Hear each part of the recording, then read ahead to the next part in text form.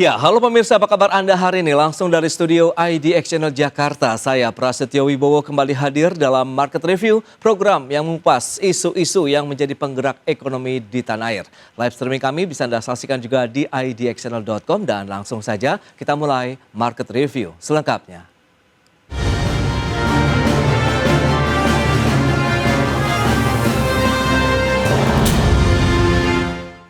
Presiden Prabowo Subianto telah meresmikan proyek ekosistem industri baterai kendaraan listrik terintegrasi di Karawang, Jawa Barat. Dan proyek ini sebagai bentuk komitmen Indonesia untuk mendorong pengembangan industri kendaraan listrik dari hulu ke hilir. Acara ini bersejarah dan punya nilai strategis, Saudara-saudara, kunci daripada pembangunan suatu bangsa adalah memang kemampuan bangsa itu mengolah sumber alam menjadi bahan yang bermanfaat dan punya nilai tambah yang tinggi sehingga bisa mendorong kemakmuran dan kesejahteraan. Dan cita-cita hilirisasi sudah sangat lama. Dari sebenarnya Presiden Republik Indonesia yang pertama, dari Bung Karno sudah bercita-cita hilirisasi. Dan presiden-presiden kita selanjutnya juga bercita-cita dan melaksanakan hilirisasi. Demikian pernyataan Presiden Prabowo Subianto dalam peresmian pembangunan ekosistem industri baterai kendaraan listrik terintegrasi konsorsium Antam IBC CBL di Karawang, Jawa Barat yang memberikan apresiasi tinggi terhadap pengembangan hilirisasi kendaraan listrik dari hulu ke hilir yang terintegrasi di tanah air. Adapun kapasitas baterai yang akan diproduksi di pabrik Karawang, Jawa Barat ini akan mencapai 6,9 gigawatt-hour pada tahap pertama atau pada akhir 2026. Secara total kapasitasnya akan mencapai 15 gigawatt-hour atau setara 250.000 sampai 300.000 mobil listrik. Untuk itu, proyek seluas 3.023 hektar ini diharapkan mampu menyerap 8.000 tenaga kerja langsung dan 35.000 pekerja tidak langsung, serta meningkatkan pertumbuhan ekonomi lokal. Jakarta, Tim Liputan IDX Channel.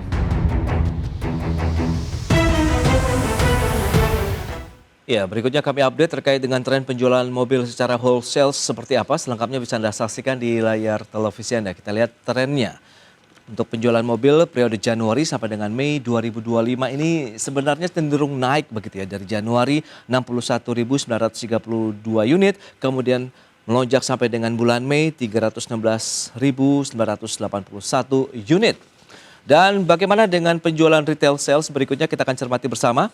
Trennya Januari sampai dengan Mei 2025 ini juga tidak jauh berbeda seiring dengan penjualan wholesale. Untuk retail sales juga mengalami tren kenaikan begitu ya. Dia beberapa data terkait dengan penjualan mobil wholesale dan juga retail sales pemirsa. Baik pemirsa, untuk membahas tema kita kali ini, hilirisasi baterai perkuat industri dan rantai pasok kendaraan listrik, sudah hadir bersama kami di studio IDX Channel Bapak Kukuh Kumara. Beliau adalah Sekretaris Umum Gaikindo. Halo Pak Kukuh, apa kabar? Halo, kabar baik. Terima kasih. Terima kasih juga atas kehadirannya Pak Kukuh. Dan sudah bergabung juga ini melalui Zoom, ada Pak Bebin Juwana, beliau adalah pengamat otomotif. Halo Pak Bebin, apa kabar? Ya, halo. Ya, halo Pak Bebin.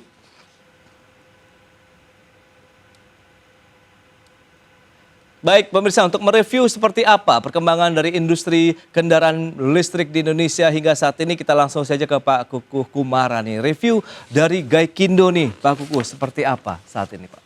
Ya, jadi memang kita sedang dalam banyak tekanan. Namun kita bersyukur di Mei sudah ada peningkatan kalau dilihat tadi kan. Mudah-mudahan tren positif ini juga akan terus berkembang sehingga kita industri ini tetap bisa berkontribusi terhadap ekonomi nasional. Baik, dan seperti disampaikan Presiden Prabowo juga sudah meresmikan pembangunan ekosistem industri baterai kendaraan listrik yang terintegrasi nih. Pak Kuku, apakah ini memang akhirnya lagi-lagi menjadi angin segar bagi industri otomotif nasional? Betul. Jadi memang mau tidak mau tadi sudah disampaikan oleh Presiden bahwa ini sudah lama untuk memiliki sebuah industri yang terintegrasi. Oke. Dan alhamdulillah kemarin sudah diresmikan di Kerawang dan ini menjadi poin penting ya, milestone bagi industri kita bahwa kita sudah punya pabrik baterai yang terintegrasi dari hulu sampai hilir. Nah ini kalau bisa digunakan luar biasa. Indonesia menjadi salah satu produsen baterai electric vehicles di dunia. Wow, itu dia yang diharapkan begitu. Dan ini juga terbesar di Asia Tenggara begitu kabarnya ya Pak Kuku ya. Baik, kita akan coba kembali ke Pak Bebin. Halo Pak. Ya. Baik, nah dari kacamata Pak Bebin sendiri bagaimana Pak terkait dengan perkembangan industri otomotif begitu khususnya kendaraan listrik di mana sudah disampaikan tadi bahwa Pak Presiden sudah meresmikan pembangunan dari proyek begitu ya untuk baterai kendaraan listrik yang terintegrasi dari hulu ke hilir begitu. Iya, kita sama-sama sudah sepakat bahwa masa depan kendaraan itu arahnya adalah kendaraan bertenaga baterai. Karena seluruh dunia concern dengan urusan polusi. Dan seluruh dunia juga memahami bahwa urusan global warming ini masalah yang sangat serius. Nah, ketika kita bicara soal kendaraan bertenaga baterai, kita pun menyadari bahwa 40% dari harga sebuah kendaraan listrik itu adanya di baterai. Nah, jika negara kita bisa memproduksi baterai sendiri, tentunya kendaraannya kan bisa menjadi lebih terjangkau bagi masyarakat. Sehingga cita-cita mimpi kita bahwa suatu saat mulailah masyarakat, dan sekarang sudah dimulai sebetulnya, masyarakat beralih ke kendaraan bertenaga baterai ini bisa menjadi kenyataan dan bukan lagi impian. Baik, tapi menurut Anda apakah ini juga menjadi bukti komitmen pemerintah nih Pak Bebin untuk mempercepat hilirisasi energi bersih, kemudian juga rantai pasok kendaraan listrik di tanah air? Ya, ini jelas bahwa pemerintah tidak basa-basi. Bahwa komitmennya ini diwujudkan dalam bentuk langkah nyata dengan dibangunnya pabrik baterai ini. Sehingga saya berpikir bahwa ketika sebuah pabrik baterai mulai berproduksi, ini kita tidak hanya bicara baterai untuk kendaraan roda 4 misalnya, tapi juga kendaraan roda banyak, bahkan komersial. Sampai-sampai kendaraan untuk saudara-saudara kita yang masih memakai roda 2. Jadi bisa memenuhi berbagai kebutuhan alat transportasi. Baik Pak Bebin, nah Pak Kuku ini menarik, nampaknya apresiasi diberikan juga terkait upaya pemerintah ya, komitmennya cukup kuat berarti ya untuk pengembangan energi terbarukan khususnya untuk baterai kendaraan listrik. Nah ekosistemnya kemudian rantai pasoknya sejauh ini Pak, seperti apa sih kalau bisa disampaikan, kemudian nanti seberapa besar juga kontribusi dengan kehadirannya satu proyek lagi nih untuk pengembangan baterai kendaraan listrik yang terintegrasi di Karawang, Jawa Barat ini Pak? Baik, jadi memang tadi sudah disinggung oleh Pak Bebin ya, 40% dari harga mobil listrik itu adalah baterai. Nah kita punya raw material, tadi udah hilirisasi ya. Alhamdulillah sekarang ada di Kerawang karena sentra industri otomotif di Indonesia adanya di sekitar Jawa Barat ya. Nah, kalau ini bisa terjadi dan tadi kapasitasnya besar, itu paling tidak sudah bisa diserap baik roda 2, komersil maupun roda 4 ya. Itu mungkin akan masih bisa diproduksi lebih lagi dan itu akan bisa diekspor. Jadi kalau ini bisa dilakukan sepenuhnya, terintegrasi penuh, Indonesia bisa jadi supplier baterai electric vehicles kemana saja. Jadi apapun mobil listriknya, yang penting baterainya buatan Indonesia misalnya gitu. Ini arahnya ke sana. Tapi ini proses yang panjang. Karena nggak sekedar kita punya pabrik baterainya, tapi juga kita perlu mencatat, perlu juga mengembangkan research and development-nya. Sehingga kita tidak tergantung membuat baterai yang didesain dari luar ya. Kalau kita bisa desain juga dari dalam, kenapa enggak? Nah, di samping baterai, kita juga masih ada 2 komponen utama untuk electric vehicles, yaitu inverter dan juga elektromotornya. Nah, inverter ini adalah semiconductor, saya kemarin dengar sedang dalam proses untuk juga dikembangkan di Indonesia. Jadi kita punya sebuah pendekatan yang terintegrasi secara menyeluruh. Wow, berarti sebenarnya on the track lah, langkahnya sudah tepat begitu ya Pak Kuku, untuk bisa menunjang industri otomotif khususnya kendaraan listrik begitu. Nah, seperti apa nanti manfaat-manfaat lebih jauh kita akan bahas nanti di segmen berikutnya Pak Kuku, Pak Beben, kita akan jeda dulu sebentar ya. Nah, pemirsa, kami akan segera kembali usai pariwara berikut ini.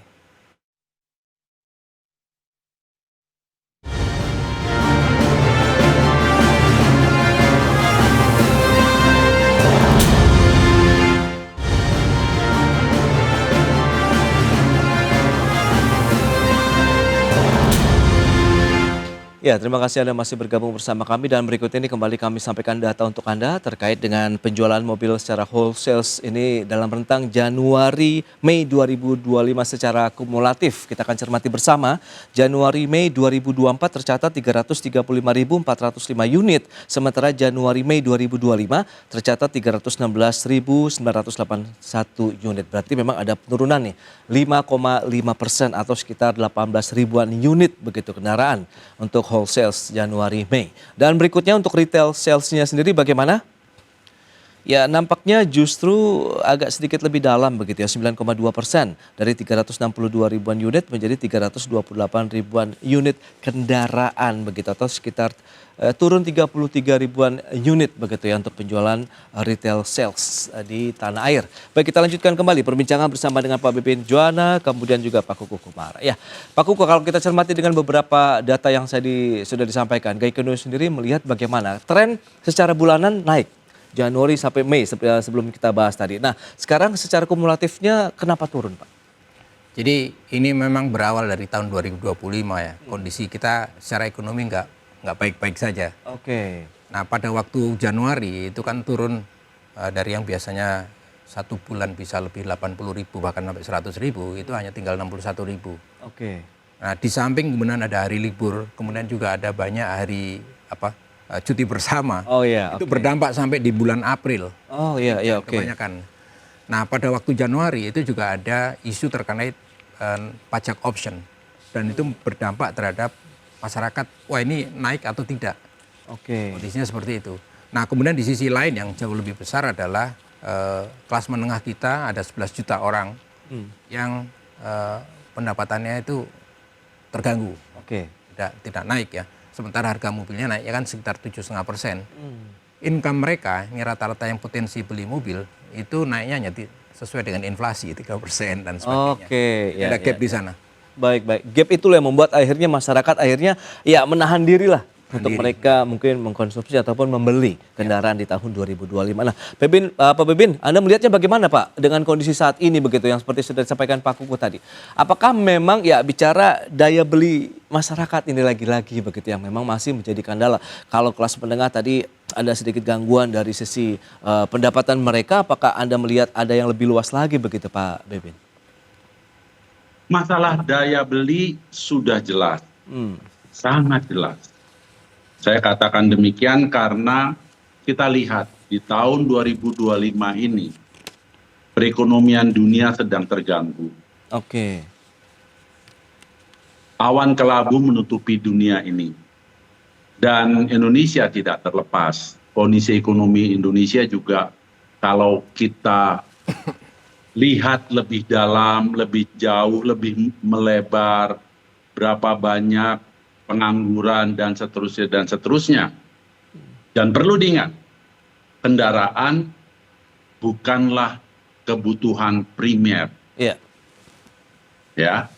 Jadi tentunya akan berdampak sekali terhadap angka-angka penjualan.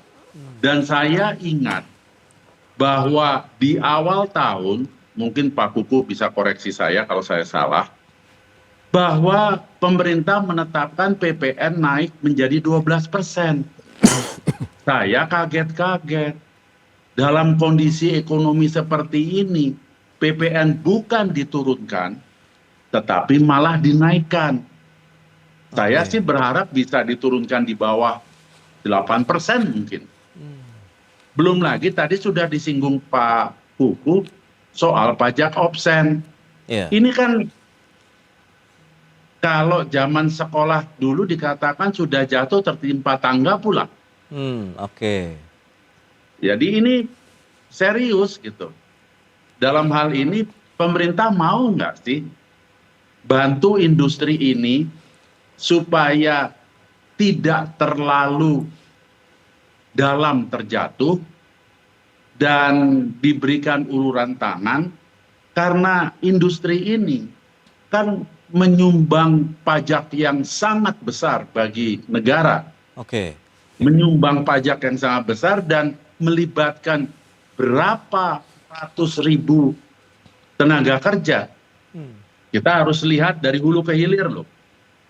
Bukan yang kerja di pabriknya mobil atau motor, bukan itu. Dari hulu ke hilir, berapa banyak orang yang menggantungkan nasibnya pada industri ini. Ini yang menjadi catatan saya. Baik, Bebin, ini menarik. Nah, Pak Kuku, lantas bagaimana kalau kita berharap lagi dengan hadirnya tadi pabrik yang terintegrasi ya untuk pembangunan ataupun pengembangan baterai kendaraan listrik. Sementara kita tahu minat yang seperti disampaikan juga Pak Bebin di segmen sebelumnya kan trennya naik terus juga nih. Minat masyarakat yang roda 2, roda 4 begitu kan juga semakin tinggi. Lantas bagaimana untuk bisa mensinkronisasikan kebijakan yang diharapkan pemerintah untuk mendukung daya beli masyarakat, di samping di satu sisi juga memanfaatkan momentum meningkatnya minat masyarakat untuk kendaraan listrik sendiri nih Pak Kuku. Ya, jadi kami dari Gaikindo tidak hanya menyoroti saja mobil listrik ya. Kita juga melihat industrinya secara keseluruhan. Sangat penting, kontribusinya besar. Kalau nggak salah ini keempat yang berkontribusi terhadap perekonomian nasional, non migas ya. Ini cukup penting. Nah, tadi kalau ini bisa diintegrasikan, ada pabrik baterai baru yang menyerap 35.000 tenaga kerja, ini bagus.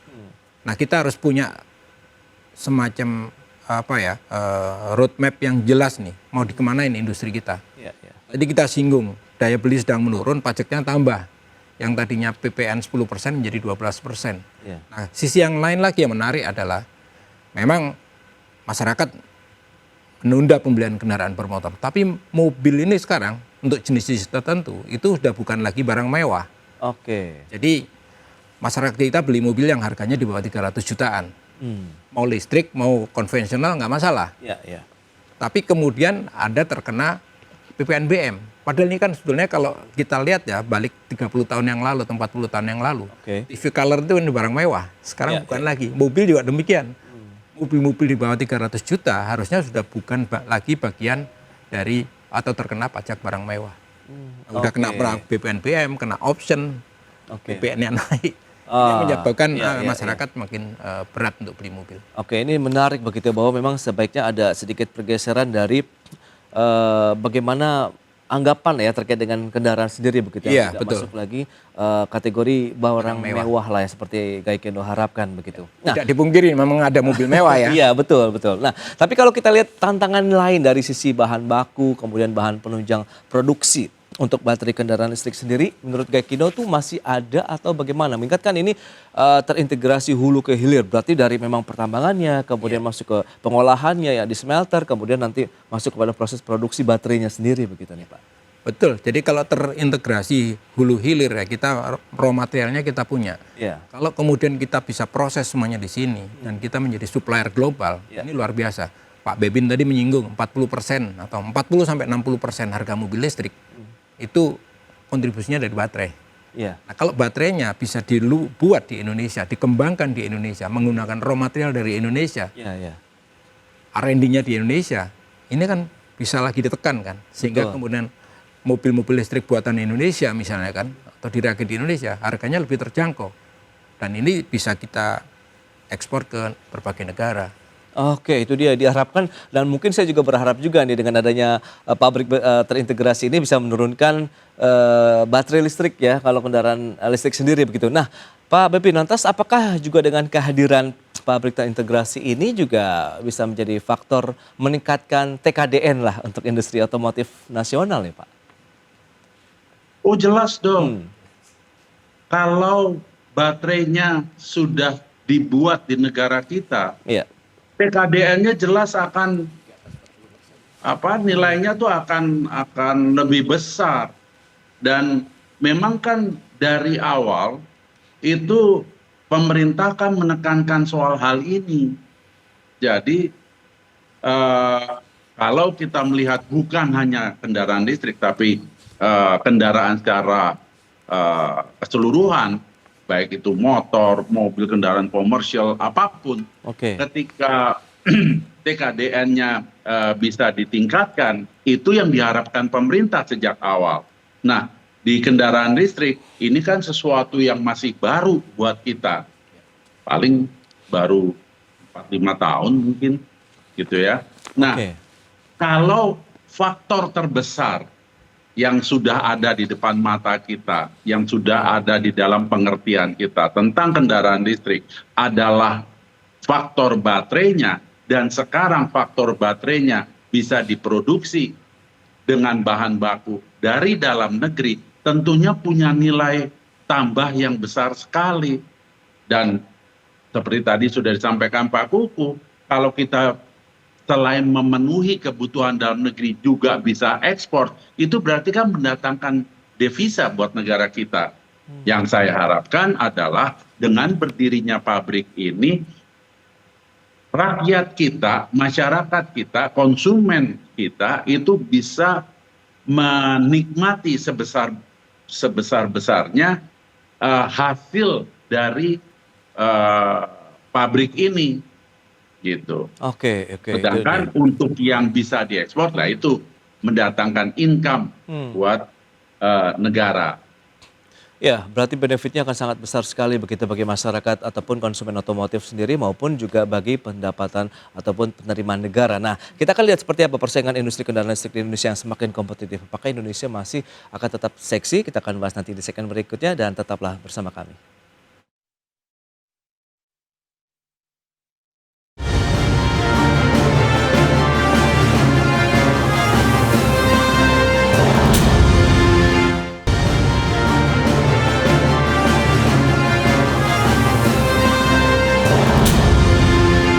Ya, Anda masih menyaksikan Market Review dan kita lanjutkan kembali perbincangan bersama dengan Bapak Kuku Kumara, Sekretaris Umum Gaikindo, kemudian ada Pak Bepin Juwana, pengamat otomotif. Nah, Pak Kuku, kalau kita cermati lah, persaingan industri kendaraan listrik di Indonesia ini kan semakin kompetitif. Di jalanan sekarang banyak sekali Pak. Mobil-mobil, model-model, merek-merek yang sudah sangat beragam ya, dari negeri tirai bambu, kemudian Jepang, ada juga Korea dan juga Eropa. Nah, Anda melihat seperti apa sih, seberapa kompetitifnya nih pasar kendaraan listrik di Indonesia saat ini?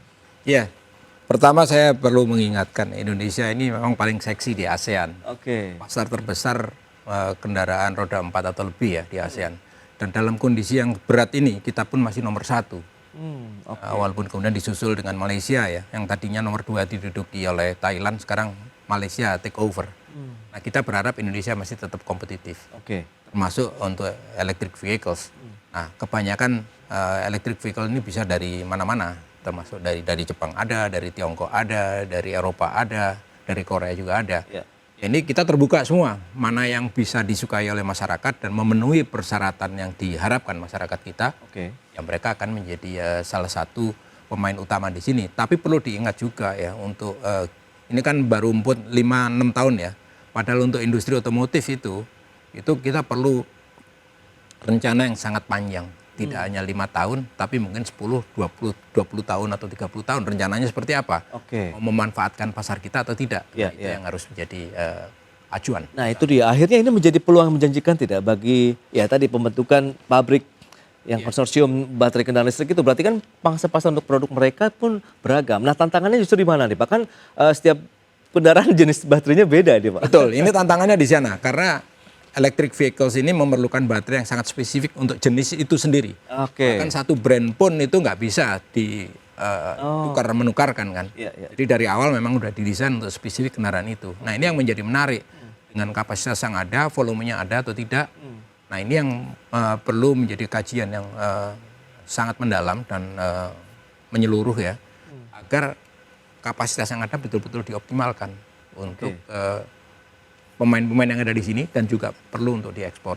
Oke, nah Pak Beben sendiri melihat bagaimana potensi Indonesia akhirnya begitu untuk pasar kendaraan listrik begitu, apakah ya produsen-produsen otomotif Indonesia juga bisa menjadi tuan rumah di negeri sendiri, apalagi kalau nanti suplai baterainya benar-benar produksi Indonesia nih Pak Beben? Ketika kita berbicara soal industri, kita tidak bisa lari dari kenyataan bahwa volume pegang peranan. Oke. Jadi seperti sedikit tadi sudah disampaikan Pak Kuku, karena kita multi brand, brandnya banyak, masing-masing brand punya banyak tipe, maka kebutuhan baterainya pun menjadi sangat bervariasi. Nah, di sini memang R&D itu sangat pegang peranan. Seberapa besar R&D dari pabrik ini mampu memenuhi permintaan dari mereknya. Jadi kalau ada permintaan ini bisa dipenuhi apa tidak gitu. Ya, karena kita juga tahu bahwa misalnya merek dari contohnya dari Eropa gitu, apa iya mau pakai baterai dari buatan kita? Tentunya akan perlu jalan panjang mulai dari perencanaan produksi sampai dengan testing sampai mereka approve bahwa oke, baterai ini layak dipakai di kendaraan kami gitu ya. Dan setiap negara itu punya setiap negara, setiap merek itu punya ketentuan sendiri-sendiri.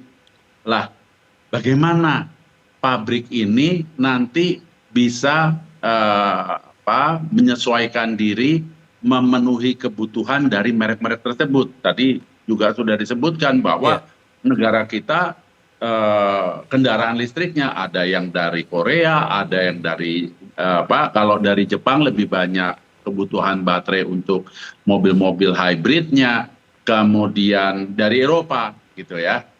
Nah ini standarnya yang harus dipenuhi banyak nih. Ada variabelnya akan menjadi banyak. Inilah kemampuan yang dibutuhkan oleh pabrik ini supaya bisa memenuhi, dan bagusnya ketika sudah mampu memenuhi dari satu merek, dari satu model misalnya, itu bisa saja ditawarkan untuk yang produk yang sama yang diekspor ke mana-mana bisa beli dari baterai kita juga dong, kan seperti itu. Jadi inilah unsur bisnisnya yang akan dan harus dikembangkan. Baik ya, menarik tantangan ya terkait dengan bagaimana kualitas produk baterai Indonesia sesuai dengan standar dari setiap negara dan setiap produsen pun juga mesti diperhatikan dengan sangat detail sekali. Nah, bicara mengenai tantangan infrastruktur lainnya nih, Pak Kukuh sebagai produsen juga SPKLU dan lain-lain ini juga masih belum merata nih Pak. Anda melihat ini menjadi tantangan tersendiri atau itu mungkin bisa segera dipecahkan? Ya, jadi mengenai SPKLU sendiri mungkin sudah ada pihak-pihak lain yang menyiapkan ya, dan mereka sudah punya rencananya bagaimana mengembangkan itu. Dan tentunya konsumen akan mengikuti itu. Walaupun saat ini memang konsentrasi penjualan electric vehicles itu memang masih di kota-kota besar. Karena apa? Infrastrukturnya ada di sana. Betul. Nah, salah satu yang menarik adalah di Jakarta nih.